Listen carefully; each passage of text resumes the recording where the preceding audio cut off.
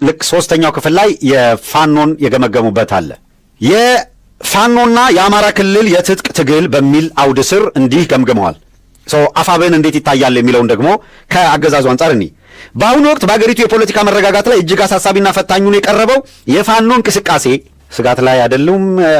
ለስጋት ምንድነው አሁን የኛ ስጋት አይደሉም፣ ገለመሌ ተበትነዋል አልቀዋል ምናምን የምትለው የጓሮ ምንድነው የሚዲያ ላይ ለፕሮፓጋንዳ የምትመጣው ነገር እሷ ተሸኝታ የጫወታው ሜዳና ቅርጽ ተለውጦ በግምገማ ሰዓት እንዴት እየየ እንደሚሉ ተመልከቱ።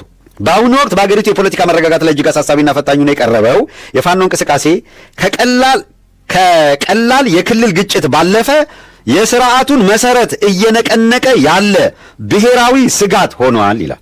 ከዛ ይቀጥልና ፋኖ ቀደም ሲል በነበረው የሰሜኑ ጦርነት ወቅት ለፓርቲያችንም ሆነ ለመከላከያ ሰራዊት ይላል እንደ ዋነኛ ደጋፊና አጋር ሆኖ ቢያገለግልም አሁን ግን የሥርዓቱ ቁጥር አንድ ይሄን ያዙልኝ፣ አሁን ግን የሥርዓቱ ቁጥር አንድ የደህንነት ስጋት ሆኗል።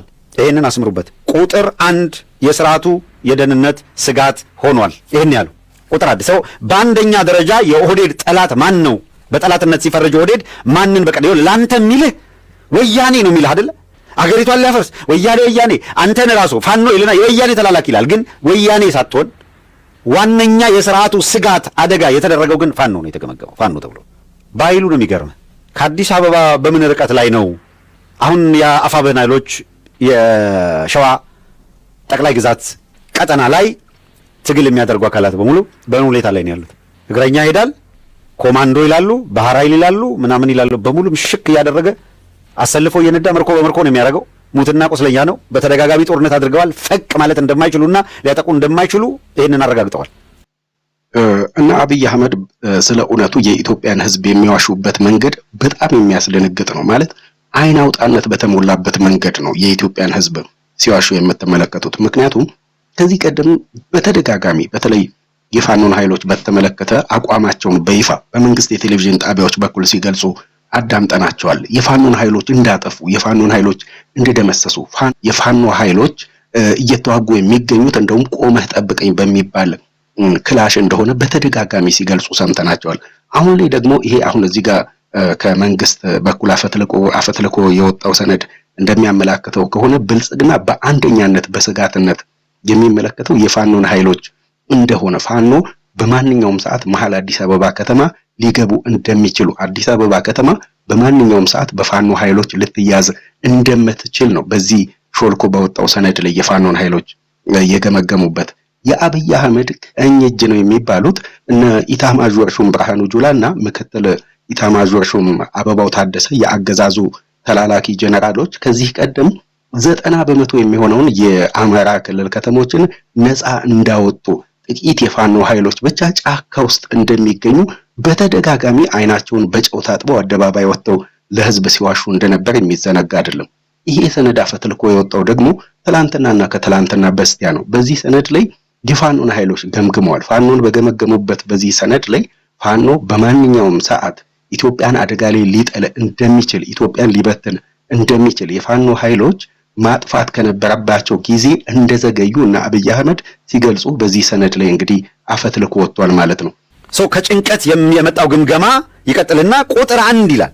አሁን ግን የሥርዓቱ ቁጥር አንድ የደህንነት ስጋት ሆኗል ይልና ይህ ለውጥ የመጣው በፓርቲያችንና ይላል በክልሉ ልሂቃን መካከል በነበረ አለመግባባት ብቻ ሳይሆን ይሄ ሁኔታ የመጣው መንግስት የወሰዳቸው አንዳንድ ወታደራዊና ፖለቲካዊ እርምጃዎች በህዝቡ ዘንድ የተሳሳተ ትርጉም በማግኘታቸው ነው። በተለይም ይላል የመከላከያ ሰራዊት መልሶ ማደራጀትና የክልል ልዩ ኃይሎችን የመበተን ውሳኔ በአማራው ሊግ ዘንድ ክልሉን ለማጥቃት የማጋለጥ ሴራ ተደርጎ በመወሰዱ ለፋኖ መጠናከር ትልቅ የሞራል ስንቅ ሆኗል ይላል። ከዚህ ቀደም አደባባይ ወጥተው በይፋ በማን አለብኝነት የሚደነፉ አንድ ሰው አለ። እኚህን ሰው ሁላችሁም ታውቋቸዋላችሁ።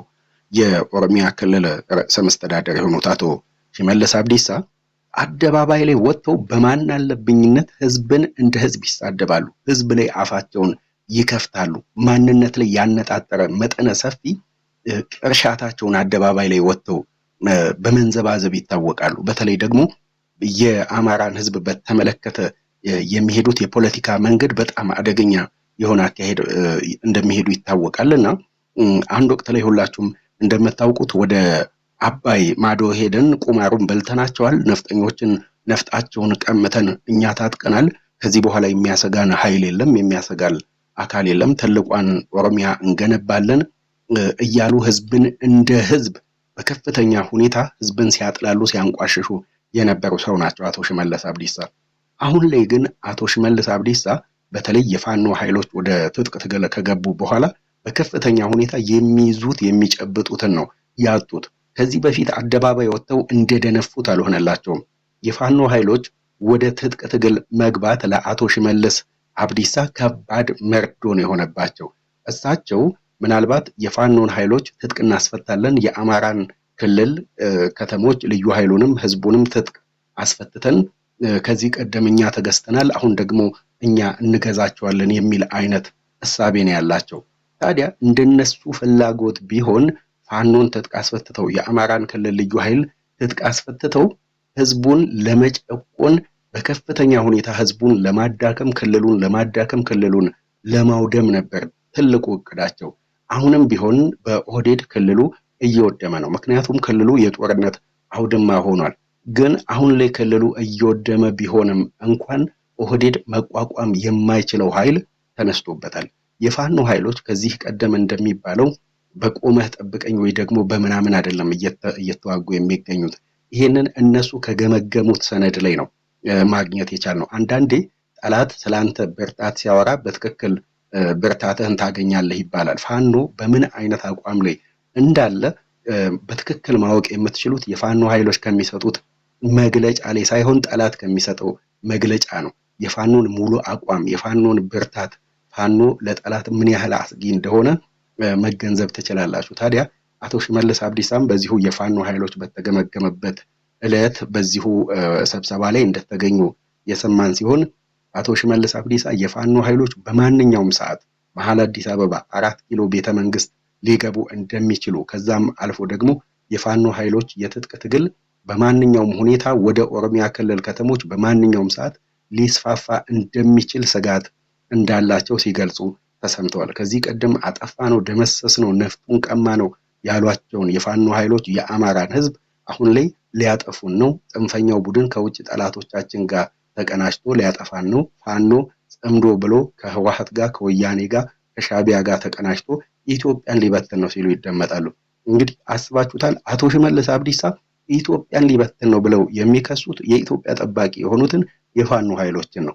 የፋኖ ኃይሎች ወደ ትጥቅ ትግል የገቡበት ዋነኛ ምክንያታቸው የተወሰኑ ጥያቄዎች ናቸው። በፋኖ በኩል ያሉት ፋኖ ከዚህ ቀደም የስልጣን ጥያቄ የለውም። የአማራ ህዝብ ስልጣን ስጡኝ፣ ሀገረ መንግስቱን ወይ ደግሞ ስልጣኑን እኛ እንያዝ ብሎ አይደለም ነፍጥ አንግቦ ወደ ትጥቅ ትግል የገባው።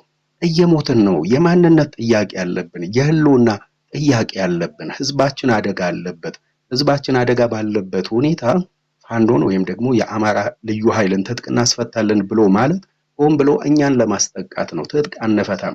ሌላኛው ደግሞ የአማራ ህዝብ በተለይ ደግሞ ከክልሉ ውጭ ያለው የአማራ ህዝብ በማንነቱ ብቻ እየተሳደደ እየተገደለ ነው። ይሄ ሁላችንም የተመለከትነው እውነታ ነው። የፋኖ ኃይሎች ወደ ትጥቅ ትግል ከገቡበት ምክንያቶች አንደኛውና ዋነኛው ነው ብሎ ማለት ይቻላል። በተለይ ደግሞ በኦሮሚያ ክልል ከተሞች ውስጥ የአማራ ተወላጆች ይገደላሉ፣ በማንነታቸው ብቻ ይሳደዳሉ። ታዲያ ይሄ በሆነበት ሁኔታ የፋኖ ኃይሎች ህዝባችን በማንነቱ በእምነቱ ተለይቶ እየተገደለ እኛ ቁጭ ብለን አንመለከትም ብለው በተደጋጋሚ በሰላማዊ ሰልፍ በሰላማዊ መንገድ ጠይቀዋል። እንግዲህ ኦህዴድ ለዚህ ምላሽ መስጠት ሲገባው ፋኖን ትጥቁን አስፈታለሁ ነፍጡን ቀማለሁ ብሎ በጠመንጃ አፈሙዝ የፋኖን ኃይሎች ትጥቅ ለማስፈታት የሄደበት መንገድ አጣብቂኝ ውስጥ ከቶት አሁን ላይ ይሄው እንደዚህ የፋኖን ኃይሎች ቁጭ ብሎ እየገመገመ ነው የሚገኘው። አማራ ህዝብ በዚህ ደረጃ ነቅተዋል የሚል ግምገማ አላቸው። እሰየው እንቅልፋተን ስንሰራ የነበረው ህዝባችን በዚህ ደረጃ ነገሩን ይረዳዋል እያልን ነው። ተረድቶታል አሉ በግምገማ ውጤታቸው ምን መሆኑን። የመከላከያ ሪፎርም በተመለከተ ክልሉ ህዝብ የያዘው አቋም አለ። የኦህዴድ መከላከያ ሰራዊት እንጂ የኢትዮጵያ መከላከያ ሰራዊት የለም። ሪያሊቲ እሱ ነው። የመከላከያ ሪፎርም ብለው መከላከያውን ጠቅልለው በአንድ ብሔረሰብ ጉያ ውስጥ መክተታቸው ህዝቡ የአማራ ህዝብ ነቅቷል ነው። በቃ ቀጥታ ነቅቷል። በመከላከያ ሪፎርም ላይ እነሱ በተሳሳተ መንገድ ህዝቡ በደረሰው ምናምን ይላል ማለት ነው። ምንድነው የተሳሳተው? ህዝብን እንደ ህዝብ ተሳስቶ ነው ይላል። በአደባባይ ስለሚያይ የሚቀርብለት መረጃ ከሀ እስከ ፐ እንዴት በሞኖፖሊ የኦህዴድ ኃይሎች ተቆጣጥረው ጫውታውን እንደሚጫወቱት ነው። እንቀጥል። የፋኖ እንቅስቃሴ ይላል። የፋኖ እንቅስቃሴ አደገኛነት የሚመነጨው ይልና በጫካ ካለ የሽምቅ ውጊያ አልፎ በከተሞችና በገጠሩ ማህበረሰብ ውስጥ ትልቅ የሆነ የህልውና ተቆርቋሪነት ስሜት መፍጠሩ ነው። ደጀኑ ህዝብ ነው ያላችሁ። ይሄ ኮዝ አለው የፋኖ ትግል ማሸነፊያው። እንግዲህ ይሄ ዋነኛውና ትልቁ ነጥብ ነው። በኦህዴድ በኩል አብይ አህመድ ከዚህ ቀደም ሲሉ እንደነበረው የፋኖ ኃይሎች ፈጽሞ የህዝብ ድጋፍ እንደሌላቸው፣ ህዝቡ ፈጽሞ ጽንፈኞቹን ቡድን አይደግፍም በሚል በተደጋጋሚ ሲገልጹ ቆይተዋል። የፋኖን ኃይሎች የትጥቅ ትግልና የአማራን ህዝብ የትጥቅ ትግል ፈጽሞ መለያየትም መነጣጠልም የሚቻል አይደለም። ቀድሞ ፋኖና የአማራ ህዝብ የአንድ ሳንቲም ሁለት ገጽታ ናቸው። ይሄ ማለት ፋኖ የሚታገለው ለህዝቡ ነው፣ ህዝቡ ፋኖ ነው። ህዝቡ የታጠቀ ነው፣ የሚታገለው ህዝቡ ነው። ስለዚህ ፋኖ ድጋፍ አለው ብለው ሲሉ እንደዚህ ብለው መገምገማቸው ራሱ ፍጹም የተሳሳተና ስህተት ነው ማለት ነው። ምክንያቱም እየተዋጉ የሚገኙት ከህዝብ ጋር ነው። ይሄንን እውነታ አንድ ወቅት ላይ የፋኖ ኃይሎች የውጭ ክንፍ በመሆን እያገለገሉ የሚገኙት አቶ ገዱ በህዝብ ተወካዮች ምክር ቤት ፊት ለፊት ተገኝተው በድፍረት ሲናገሩ ተሰምተዋል። መከላከያ ሰራዊቱ የአማራ ክልል ከተሞች ውስጥ መግባቱ ፍጹም ትክክል አለመሆኑን፣ መከላከያው እየተዋጋ የሚገኘው ከህዝብ ጋር ነው። ህዝብን ደግሞ ታግላችሁ ማሸነፍ አትችሉም። ስለዚህ መከላከያ ሰራዊቱን በአፋጣኝ ከክልሉ አስወጡ በማለት አቶ ገዱ ከዚህ ቀደም መግለጻቸው የሚዘነጋ አይደለም። የአማራ ህዝብ ጥያቄ የህልውና ጥያቄ ነው። የህዝቡ ጥያቄ ሰላማዊ ጥያቄ ነው። የህዝቡ ጥያቄ የመብት ጥያቄ ነው። የህዝቡን ጥያቄ መልሱ። ህዝቡ እየጠየቀ የሚገኘው ወሰናችን ይከበረልን፣ ከዛም አልፎ ደግሞ የአማራ ህዝብ የህልውና ስጋት አለበት። ህወሓት ትጥቅ ባልፈታበት የፕሪቶሪያ ስምምነት ተብሎ የአማራን ክልል ልዩ ኃይል ትጥቅ ለማስፈታት የተካሄደበት መንገድ ፍጹም ተገቢም ትክክልም አይደለም። መከላከያውን አስወጡ። ሌላኛው የአማራ ህዝብ ጥያቄ ደግሞ ህዝቡ በማንነቱ ብቻ እየተገደለ ነው፣ በማንነቱ እየተሳደደ ነው። በተለይ ደግሞ በኦሮሚያ ክልል ከተሞች ውስጥ የአማራ ህዝብ ላይ አማራ በመሆኑ ብቻ የሚፈጸምበት በደል፣ ግፍ፣ ግድያ ቀላል የሚባል አይደለም። ይህንን አስቁሙ በሚል ህዝቡ አደባባይ ላይ ወጥቶ ሲጠይቅ አቶ ገዱም በድፍረት በህዝብ ተወካዮች ምክር ቤት ፊት ለፊት ተገኝተው ይህንን ጥያቄ አንስተዋል። ታዲያ አቶ ገዱ ይህንን ጥያቄ ሲያነሱ የፌደራል መንግስቱ እየተዋጋ የሚገኘው ከህዝብ ጋር ነው፣ ፈጽሞ ማሸነፍ የማትችለውን ጦርነት ገጥመሃል። ህዝብን ማሸነፍ ስለማትችል በአማራ ክልል ከተሞች ውስጥ ያለው ችግር ፖለቲካዊ ስለሆነ ፖለቲካዊ መፍትሄ ይሰጠው ብለዋል።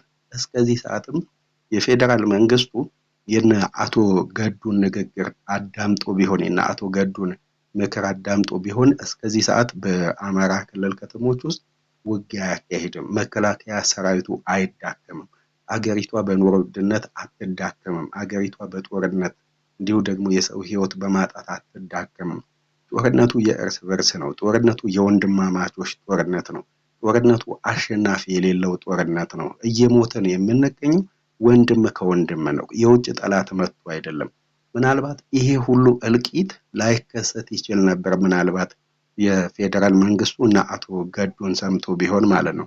የፌደራል መንግስቱ ግን እና አቶ ገዱን ወይም የታላላቆቹን ምክር ከመስማት ይልቅ የሚያሰጋኝ ኃይል የለም፣ እንደውም እኔ ጋር ያለው የጦር መሳሪያ ከማንም ይበልጣል፣ በአፍሪካ አንደኛ ተዋጊዎች ነን፣ የትኛውም ኃይል ተሰባስቦ ቢመጣ እኛን ከስልጣን አያስወግደንም ምናምን በሚል በጠመንጃ አፈሙዝ እንለካካ በሚል መልኩ የፋኖን ኃይሎች አንዴ በሳምንት አንዴ በሁለት ወር አንዴ በሶስት ወር አጠፋቸዋለሁ ትጥቅም አስፈታለሁ ብሎ መላው የአማራ ክልል ከተሞች ውስጥ ያለ የሌላ ኃይሉን አስገባ፣ ወታደሩን አስገባ፣ ሰራዊቱን አስገባ። እስከዚህ ሰዓትም ግን የፋኖን ኃይሎች በትጥቅ ትግል ማሸነፍ ተስኖት ክልል ውስጥ እየዳከረ ይገኛል። መከላከያ ሰራዊቱ ዋጋ እየከፈለ ነው። ክልሉ እየወደመ ነው። ጤና ጣቢያዎች፣ ሆስፒታሎች፣ ትምህርት ቤቶች እየወደሙ ነው። ተማሪዎች ከትምህርት ቤታቸው ርቀዋል። ሌላው ደግሞ እንደዚሁ ህዝቡ መውጫ መግቢያ አጥቷል። ወደ አዲስ አበባ መምጣት አይቻልም፣ ማረስ አይቻልም። የኑሮ ውድነቱ ተባብሷል። ይሄ ሁሉ ምክንያት የተከሰተው የፌደራል መንግስቱ የና አቶ ገዱን ምክር ባለመስማቱ እሺ በሰላማዊ መንገድ እንደራደር፣ ምክንያቱ ምንድነው? ችግሩ ምንድነው? ችግሩን እንፍታ ብሎ ወደ ጠረጴዛ አለመምጣቱ ነው። እና የፋኖ ኃይሎችም ቢሆኑ ከፌደራል መንግስቱ ጋር እውነተኛ ድርድርን ለማካሄድ በተደጋጋሚ ሲጠይቁ ቆይተዋል። የፌደራል መንግስቱ ግን ለነዚህ ኃይሎች እውነተኛና ትክክለኛ ምላሽ ከመስጠት ይልቅ እነዚህን ኃይሎች አጠፋለሁ አንበረክካለሁ በሚል የሄደበት መንገድ ሀገሪቷን ዋጋ እያስከፈለ ነው። አሁን ደግሞ እየገመገሙ በሚገኙት በዚሁ የፋኖ ኃይሎች በተገመገሙበት ሰነድ ላይ ደግሞ ጽንፈኛው ቡድን ከጥንተ ጠላቶቻችን ጋር ይላል ከሻቢያ ጋር ከህወሓት ጋር ከግብጽ ጋር ተቀናጅቶ አገሪቷን ወደ ለየለት ጦርነት ለመክተት እየተንደፋደፉ ነው ብሎ የፋኖን ኃይሎች ኢትዮጵያን በመበታተን ሲከሱና ሲወነጅሉ ትሰማላችሁ። እንግዲህ ከዚህ ቀደም በተደጋጋሚ በሰላማዊ መንገድ ይጠናቀቅ፣ ችግሮች አሉ፣ አዎ አሉ፣ በሰላማዊ መንገድ ይለቁ በሚል ተጠይቋል። ቄሶች፣ ሸሆች በተለይ በፋኖ በኩል ይሄ ጉዳይ በሰላማዊ መንገድ እንዲያልቅ ሲጠይቁ ቆይተዋል። ለዚህ ደግሞ የፌደራል መንግስቱ ከኔ ጋር እኩል መሆን የሚችል አቅም የለም፣ ከፌደራል መንግስቱ ጋር ቁጭ ብሎ መደራደር የሚችል ወይ ደግሞ በአቅም መገዳደር የሚችልና በጠረጴዛ ላይ ቁጭ ብሎ ልደራደረው የሚችለው ኃይል የለም ሲል ነው የቆየው። አሁን ደግሞ ኢትዮጵያን በማፍረስ ኢትዮጵያን በመበተን መልሶ እነሱን ሲወነጀል ትሰማላችሁ። በተለይ ይሄ ጽምዶ የሚለው አሰላለፍ ደግሞ የፌደራል መንግስቱን የሚይዘው የሚጨበጠውን ነው ያሳጣው። ሌላኛው ደግሞ ምንድነው? መከላከያ ሰራዊቱ ህዝብ በሌለበት ቦታ እየተዋጋ ነው። መከላከያው ህዝብ በሌለበት ዋጋ እየከፈለ ነው። ህዝቡ የጽንፈኛው ቡድን ደጀን ሆኖብናል። ህዝቡ የመከላከያ ሰራዊቱ ደጀን እንዲሆን በተደጋጋሚ ብንጠይቅም ህዝቡ ግን ፍላጎቱ ያ አይደለም። እንደውም የመከላከያውን እንቅስቃሴ ለጽንፈኛው ቡድን እየደገፈብን ነው በሚል ነው በተደጋጋሚ የፌደራል መንግስቱ አሁን ላይ እየገለጸ የሚገኘው። እንግዲህ የነ አብይ አህመድ መንግስት አገዛዝ በሀገሪቷ ውስጥ ሀገሪቷን በጦርነት እያመሱ ክልሉን በጦርነት እያመሱ በሀገር ውስጥ ያለውን ጦርነት ሳያስቆሙ በአማራ ክልል ከተሞች ያለውን በኦሮሚያ በትግራይ ክልል ከተሞች ውስጥ ያለውን ጦርነት ሳያስቆሙ እነሱ እቅዳቸው ምንድን በድጋሚ ከሻቢያ ጋር ጦርነት እንከፍታለን፣ የአሰብ ወደብን እናስመለሳለን ይላሉ። የአሰብ ወደብን ለማስመለስ የሚፈለግ ከሆነ በቅድሚያ ሀገሪቷ ሰላም መሆን አለባት፣ ህዝቡ ሰላም መሆን አለበት፣ ህዝቡ በመንግስት ላይ አመኔታ መጣል አለበት። ህዝቡ መንግስትን ባላመነበት፣ መንግስት ህዝቡን እያዳመጠ ባልሆነበት፣ ህዝቡ የኑሮ ውድነት መቋቋም አልቻልንም ሲል የመንግስትን ገጽታ ለማበላሸት ነው እንጂ የኑሮ ውድነት የለም እየተባለ እየታፈሰ እየታሰረ ባለበት አሁን ላይ እኮ ራበኝ የምበላው አጣው ብሎ መጠየቅ ፖለቲካ ነው፣ ያሳስራል፣ ከፍ ሲልም ሊያስገድል ይችላል። ምክንያቱም የኢትዮጵያን ገጽታ ልታበላሹ ነው የሚባለው። ህዝቡ የሚበላው አጥቶ እየራበው እየወደቀ እየተንፏቀቀ ኢትዮጵያ አድጋለች፣ ኢትዮጵያ በልጽጋለች እንዲባል ነው የሚፈለገው። ይሄ ደግሞ ሊሆን አይችልም። ያልበላ ሰው ፊት ለፊት ቆሞ ኢትዮጵያ አድጋለች ብሎ ቢል እንኳን የፊቱ ገጽታ የልብሱ ገጽታ ማንነቱ ፊቱ ላይ ይናገራል። እና የግድ ህዝቡ የበልጽግና ደጋፊ እንዲሆን እየተገደደ ያለበት ሁኔታ ነው ያለው። ይሄ ደግሞ ፈጽሞ ሊሳካ የሚችል አይነት አይደለም። ይሄ ነው ኮዝ አለው የሚለውን ነው የተቆርቋሪነት ስሜት መፍጠሩ ነው። ይህም የመንግስት መዋቅር በክልል ውስጥ እንዳይሰራ፣ አሁን ደግሞ ሌላ መረጃ ያዙልኝ። የመንግስት መዋቅር በክልል ውስጥ ይላል እንዳይሰራ፣ የግብር አሰባሰብ እንዲቋረጥ፣ የአካባቢው አስተዳደሮች እንዲፈርሱ አድርገዋል። ምንድነው ስንነግራቸው የከረም ነው። በሁሉም ቦታ ፈርሷል። ያለው ከተማ ላይ ነው፣ በመከላከያ ታጅቦ ነው። ብአዴን የሚፎክራትን እስትንፋስ ምናምን እርሳው። በእያንዳንዱ ወረዳ ላይ በእያንዳንዱ ቀበሌ አታስበው ነው ማለት። ቀበሌ ላይ የለም።